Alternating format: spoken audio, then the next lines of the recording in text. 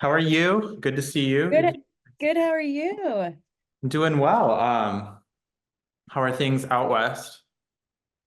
They're good. We need some rain, but We other should than that, it's good. Yeah, we're getting Yeah. it every single day, as you probably remember. You're Um, getting rain every single day. yeah, just in the afternoon, just like a solid hour of just like torrential downpour. And Oh, then it like steams everything. Uh, yeah, yeah, no. I remember. yeah. Well, Yeah, we need some more water.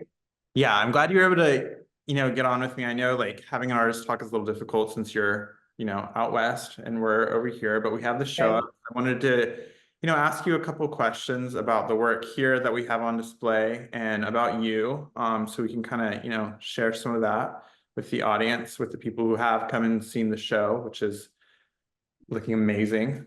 Um, so yeah, I'd love to dive right in with you. Okay, great. I wanted to know a little bit more. I'm from Idaho, which is where you are now, and I made the move Yes. out here. We've kind of like done the exact opposite thing. So I was curious a little bit about your background, just like kind of your journey as a creative, kind of maybe the inciting events that got you into what you're doing now, which may be like a long time ago, which may be recent. Kind of speak to that a little bit, as well as your move, kind of the reason for that, if you wanted to explain a little bit. Yeah, the work I got into, well, the work that's on the walls and in the map room Hmm. kind of started around 2012 when Okay. I was in grad school at California College of the Arts, which is in San Francisco. And I took a break from school, the Christmas break, and I spent 25 days going down the Grand Canyon on the Colorado River. And my husband, who works in agriculture, and he was working at the time in California, obviously water rights and water in general was a big deal with irrigation. And going down the Colorado River and seeing the old watermarks and realizing, that water goes into the Parker Dam, which feeds LA, and how the West was really developed around water. And a lot of times it was developed, towns kind of sprung up during high water seasons, which now are suffering through a lot of droughts with lower water seasons. And coming from Georgia, where water is it's just more prevalent. I feel like, everybody's, has a backyard creek that they can connect to. It rains, like you're saying, every afternoon in the summer. I wasn't used to the West and the lack of water. So I feel like that was really eye-opening, that trip, and then being surrounded by agriculture. So after grad school, I sort of decided to try to follow these 7 rivers across the US from source to sea, looking at how freshwater was changing and really how the US was developed through different rivers across the US. So that, kind of started the project. And then with COVID, I started looking more at my own watershed, which is the Snake and the Teton, which I'm sure you're familiar with being from Idaho. Yeah. But we had moved back to Georgia after San Francisco, actually. Okay. And we had a farm in Darien, which was, at the mouth of the Altamaha River. And then we had always wanted to get back out west. And we had lived in Jackson, Wyoming for a while. And we decided to buy this already existing organic farm, which was over the pass from Jackson and Victor, Idaho. And it's been really eye-opening to see moving back to Georgia, being surrounded by lush, really wet seasons, kind of, and then coming back to out west and being in Idaho where, water is it's precious everywhere, but something about the West makes it feel even more precious because you notice it so much more, the dry, when fire season starts, when the aspen leaves start to kind of curl up. And me living on a farm, we have water rights, but we've already been told that our irrigation could be shut off, come mid-August. So I feel like I'm just surrounded by water issues that have, really inspired me to make work about them. Yeah, I So, think noticing just like there's so many differences between East and West. The landscape, obviously, which you see, firsthand in your work is different. And then even the history of photography has been different, throughout East and Western United States. And I mean, we have the luxury of having a nation that's so big. So like you are saying, like it's just a completely different environment, climate, right. ecosystem. I always thought of the East as like very claustrophobic in a good sense. Like I remember growing up out west, I could like look in every direction and see the horizon, and that's not the case here. It's trees, it's Right. mud. Everything has like this very southern dampness to it, which a Mhm. lot of people love, and I've grown to love. But it was like it was a culture shock. It was, I had spent 15 years, you know, it never rained in Idaho, and when it did rain, it was everything got like washed away. It was so cool. And then I came here and it rained every day, and I was like, oh my goodness. So yeah, I totally understand what you're saying. You mentioned your husband was involved in agriculture. Is that something that is like a family thing that you're drawing inspiration from, or is it just him? No, we both actually grew up in the city of Atlanta. Okay. Um, he grew up in a small apartment with his mom and his sister, like totally different from what we're doing now. But Okay. he took one of the first organic farming classes at UGA, and that really inspired him and has kind of taken him on his journey. And I think, you know, moving out west, in Georgia, there is no like slow season. Actually, the slowest time of year on the farm was August because it was too hot to plant. And it has been nice that he does, for a farmer, get a little bit of a break in the winter time, physically. But I think that because I'm always living on the farm and it's, my dark room, my studio is in the barn. I'm my kids are running around the farm. My work is so much inspired by the farm, I think, in a way. Um, and, we're at the base of the Tetons, like I'm looking at Taylor Mountain from the backyard. We're really farming like in it, which is in the landscape, which was very similar to our farm in Darien. They've been both very different, but both really in beautiful settings. So you have a dark room that you work in on your property. I wanted to ask you a little bit about some of your photographic processes.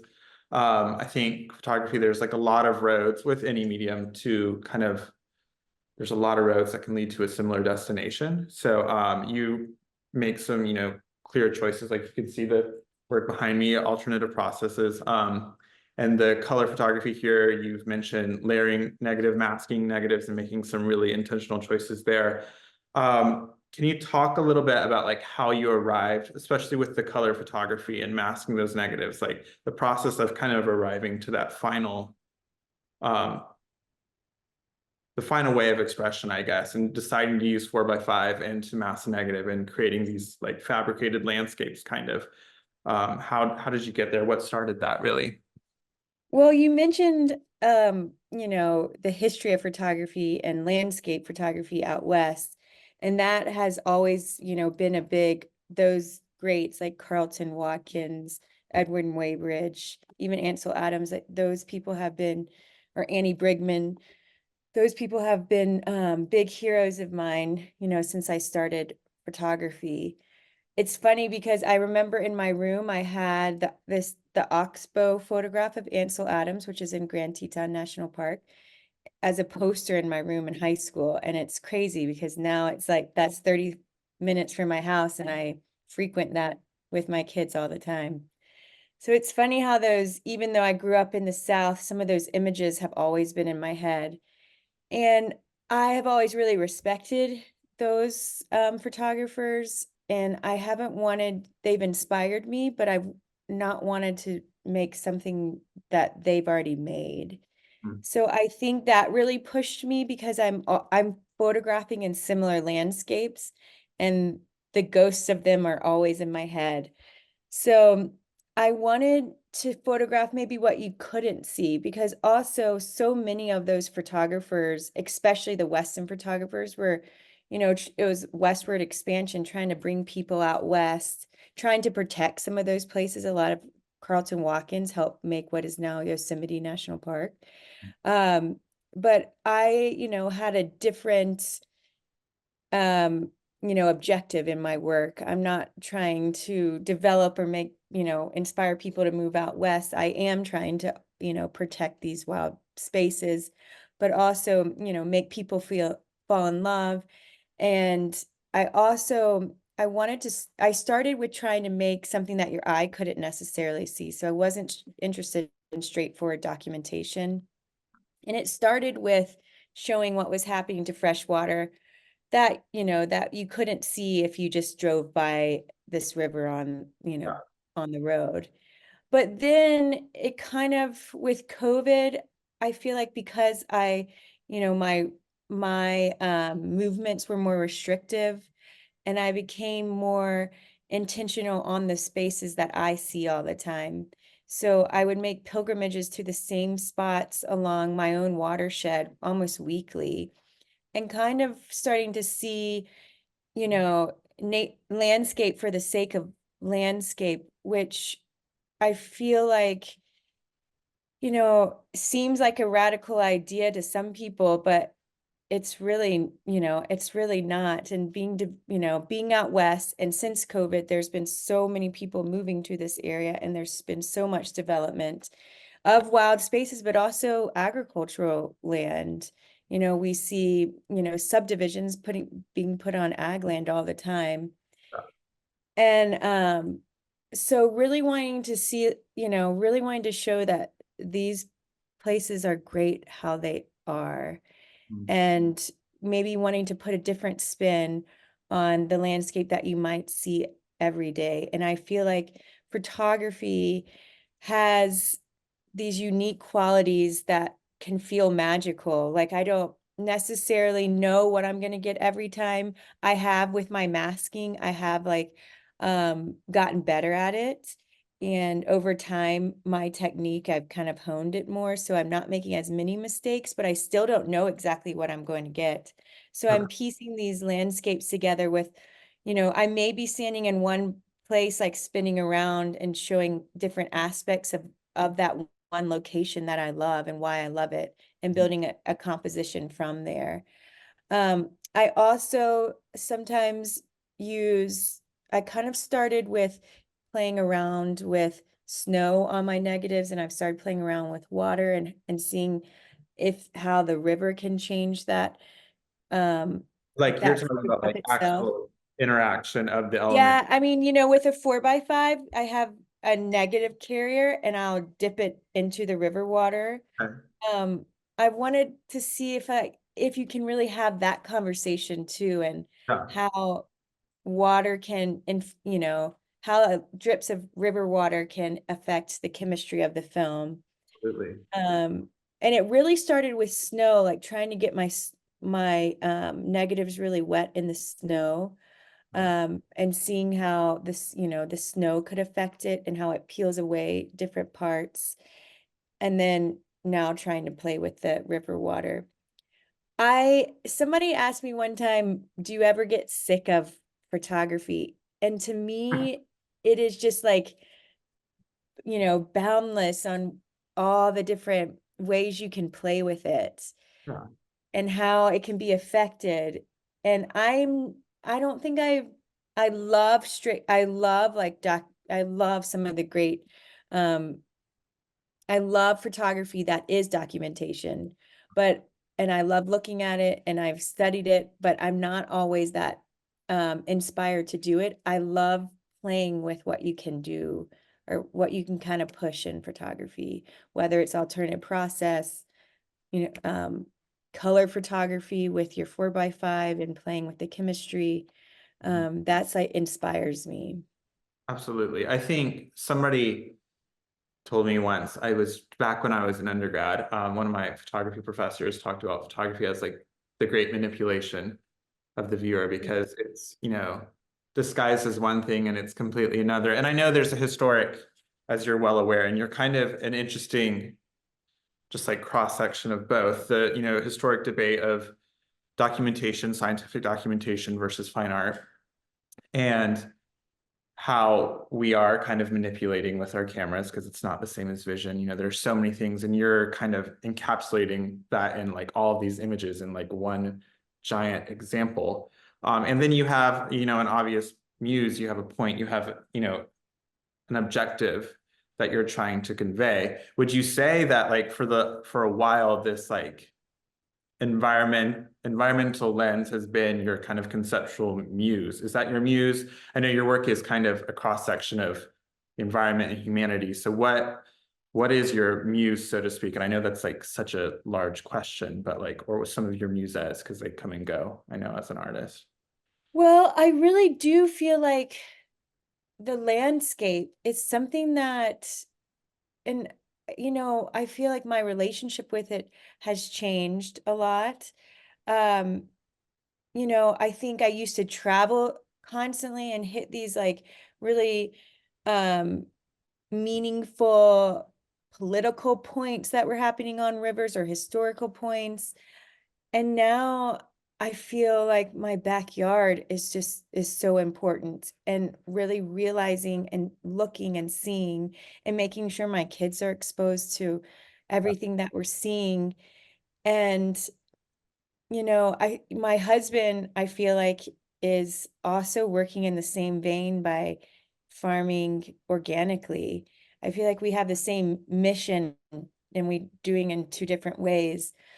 But my muse, like, my next door neighbor is, dug this huge lake and um he's diverted 5 different spring heads, and it's affected our water, everybody downstream, the Teton.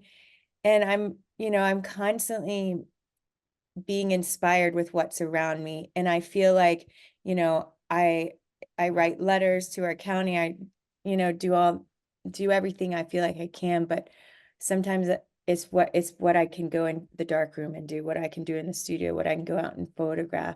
And it's a continuous muse, and it has shifted. I feel like in a lot of ways, this work is more personal than maybe me traveling to 7 rivers from source to sea, because I am looking at my personal landscape.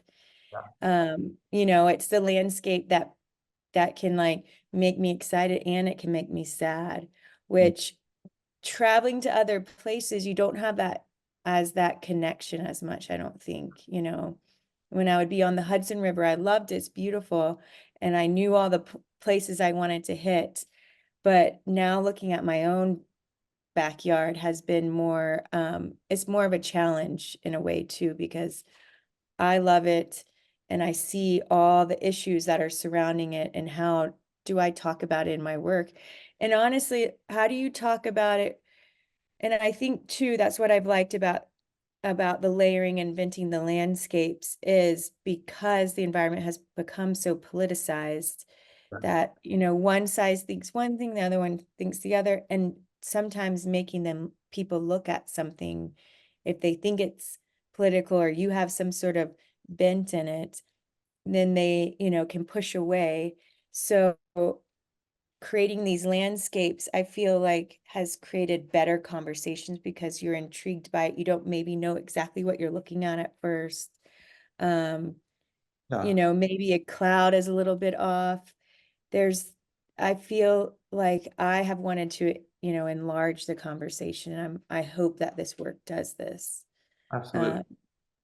I think too, I know like you speaking to your family and how you and your husband are kind of doing the same thing, going about it different ways, is kind of a nod to the role of a lot of these agricultural activities. I mean, as a nation, we used to be so involved with the land that we're living in, and as consumerism and capitalism has, we've expanded and everything. The average person is in no way connected to the land that they're in through farming. A lot of the food we eat doesn't come from the environment that we're in. So you have this like direct connection to where you're living, where you're, raising your children. So I think that's kind of a nod to older practices, um, which I think is super interesting and super, it's not something you see a lot nowadays. I mean, I saw it a lot more growing up. I was on 20 acres, so a little bit of land, and just like seeing how my family was kind of shaped by that. Um, Yeah, I bet. shaped by that. But moving here, I have my house and I have everything, but it's not the same at all. I appreciate different things about it. So I like the kind of conversation you're creating. And I think it's interesting that you're kind of denoting the differences. You described, I think, this work here, since it's your own backyard, as like deeper, a little bit richer, because you are revisiting these places, which I think is a super interesting distinction from, the rest of the Seven Rivers work for sure. Right. So, Yeah, sometimes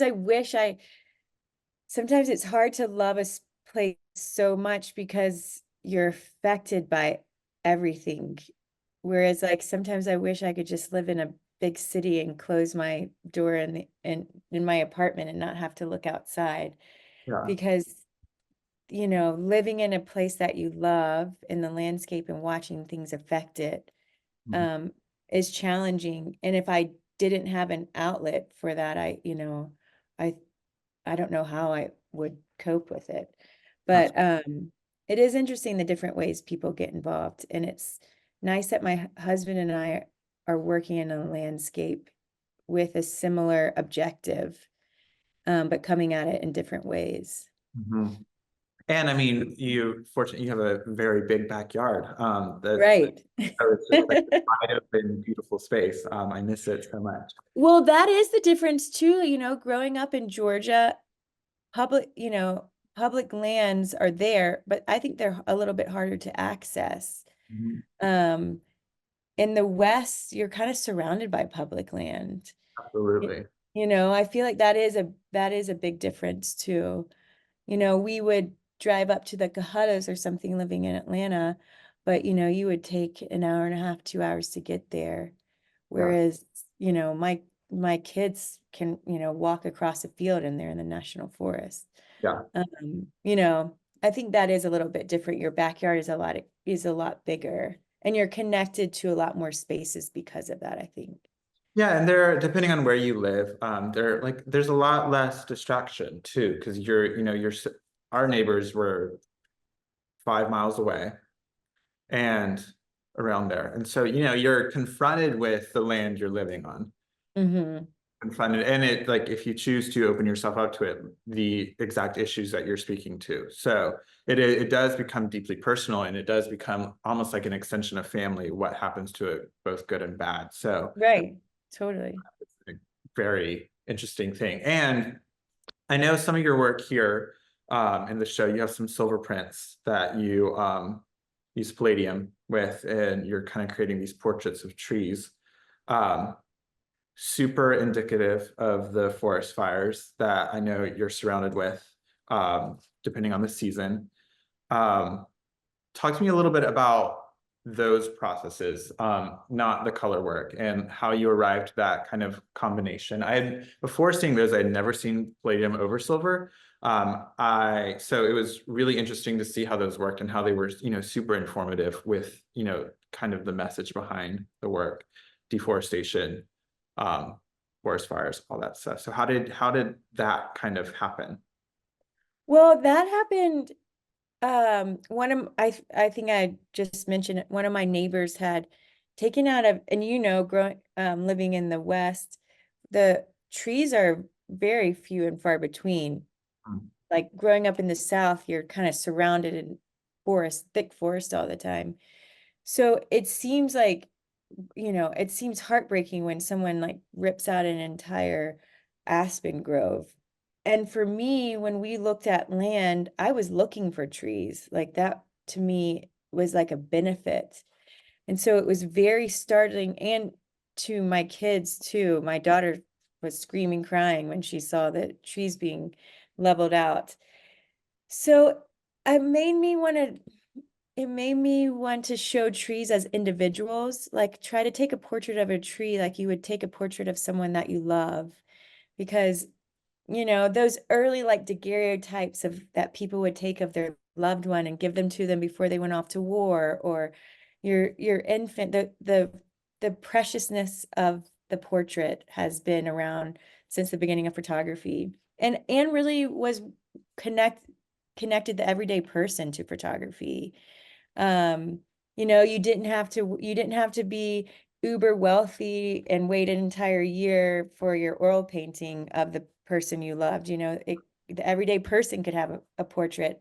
So I wanted to show trees in a similar vein, to see if you could you know, if you could take a portrait of a tree and make it feel special, even if it was in a forest. Mhm. And then you know, the wildfires 2 years ago hit, and I wanted to, then I started playing with, you know, what does it look like when a fire comes in and you lose these things and these overlaying of the landscape.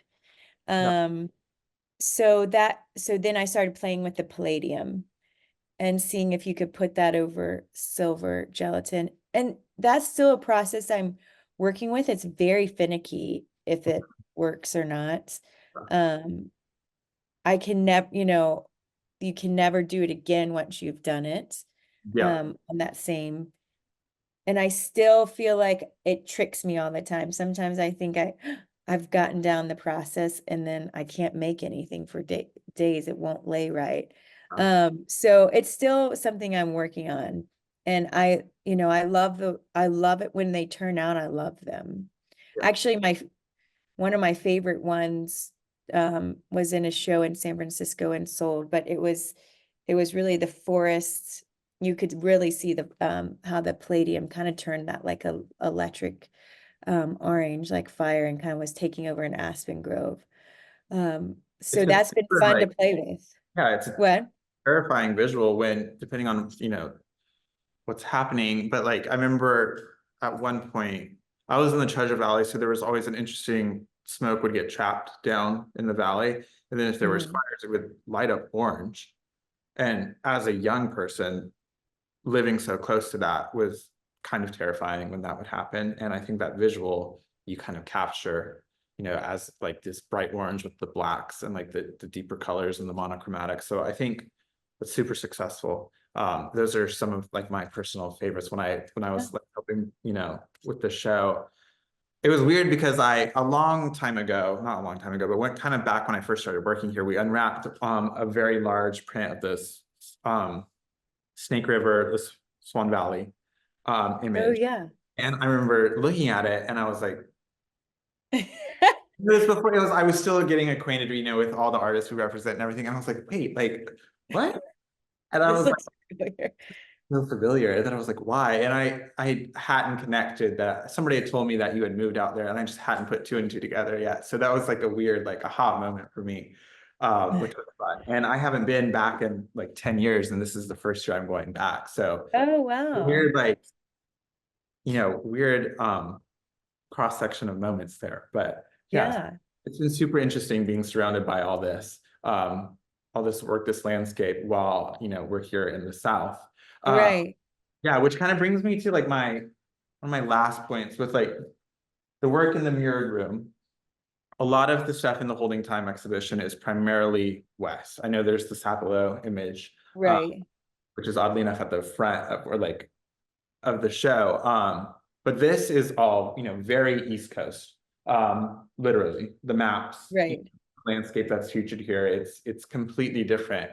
Um, and I know it's, you know, it's an illustration of kind of you and your journey too. And like you talked about how like water and watershed being like an illustration of home and what that can mean and like your time here. But is there, do you think, a conversation that's happening between this imagery here and, you know, the images of the West outside of your own personal story, like the environment, like the view of the environment, has that changed as you've moved between places? Because it's super interesting seeing them juxtaposed together.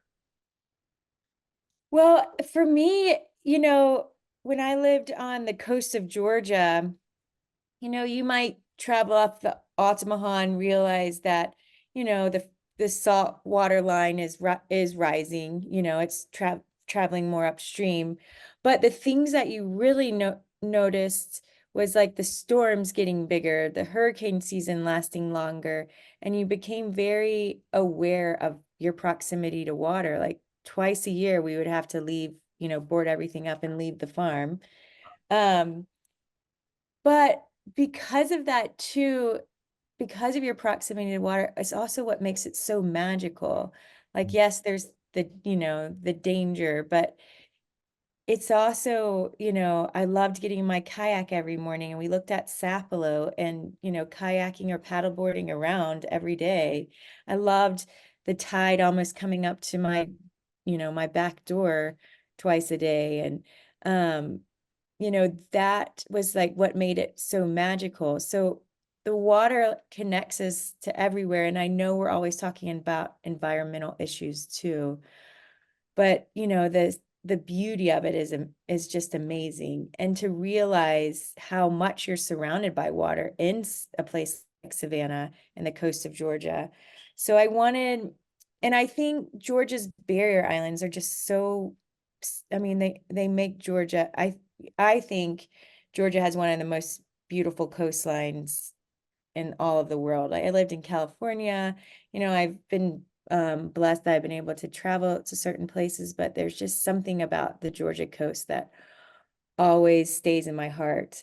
Mhm. And I wanted you to feel like you're traveling up the coast, and I wanted you to start with Cumberland Island and then, go through, what I call the low country up to Charleston. So to travel those barrier islands is what, where the island tapestries on the left side when you walk in are all the Georgia barrier islands, and on the right side are the South Carolina barrier islands. And then I wanted you to, see Savannah as this kind of midpoint in Mhm. this really special city. Um, so I wanted Savannah, to see Savannah's connection and its proximity to the coast and the intercoastal. And um, so I wanted you to feel like almost you were a kayaker kind of traveling up through these islands and, through Savannah and then up the coast. So I feel like, water conversation, even though it's personal, like these are almost personal maps for me in that room, because they're what I think about when I think about Georgia. And, I'm from Georgia, even though I don't live there, it'll always be home to me too. And I didn't grow up on the coast, but we spent, summers going to Cumberland Island, and it was, what I looked forward to every year. And then so getting to live on that coast was, had been a dream of mine for a long time. And it was, a special time. I had my daughter there.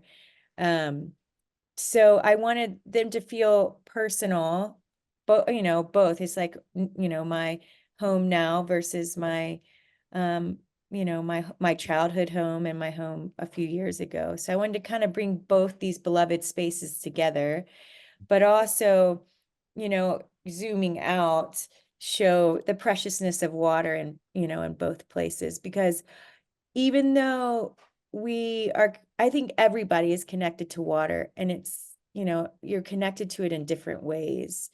Yeah. Um, you probably really noticed when you had a rainstorm in the summertime growing up in Idaho, where, in Georgia it becomes like, oh, here it is again, Yeah. Um, but I also loved, being in Savannah and living on the coast, even if you don't think about it, everybody is connected to that water system. It's like it gives the smell of the city. You're crossing causeways all the time. Like it's a part of your everyday, which I think is really special. Yeah. I think, just like our lives and just like the environment are so often like you can like put the environment out of your mind. It's like an issue. It's a political issue we talk about now. Yeah, right. Not, they're synonymous, we are of, Right. and so I think you're capturing that in so many different, alternative processes, more traditional photography. I think it's a good illustration of that. And it's reflective of your story. So I think that's just indicative of how much we rely on the land and the water and everything like that. So And that room gave me such, it was such an inspiration to really want to make someone feel like they're surrounded by water. by looking up and down. Like then when I got in the space and started installing, then I wanted like mirrors on the benches, you know. I was like, I want them everywhere. a fun space. Like, there's so much you can do in here, and I think Oh, it's great, excellent. like the gaps in the work and seeing, the work on the other wall reflected. I think the response to it has been great. I think people find a lot of deep, connection. You have people who've been here for years, so seeing your landscape represented in such an artistic way, it's doing exactly, what you said, just like seeing something in a way that you may not have seen it before, is still a documentation, but it's also, it's kind of more than that as well. So I think that's super successful. Well, the first guy who walked in and saw it right after I finished, or maybe I was in the middle of installing, it's the best compliment because he said, "Oh, I'm a sea kayaker and I feel like I'm in my sea kayak right now." And I was like, "Oh, that's exactly how I wanted you to feel when you're in that space."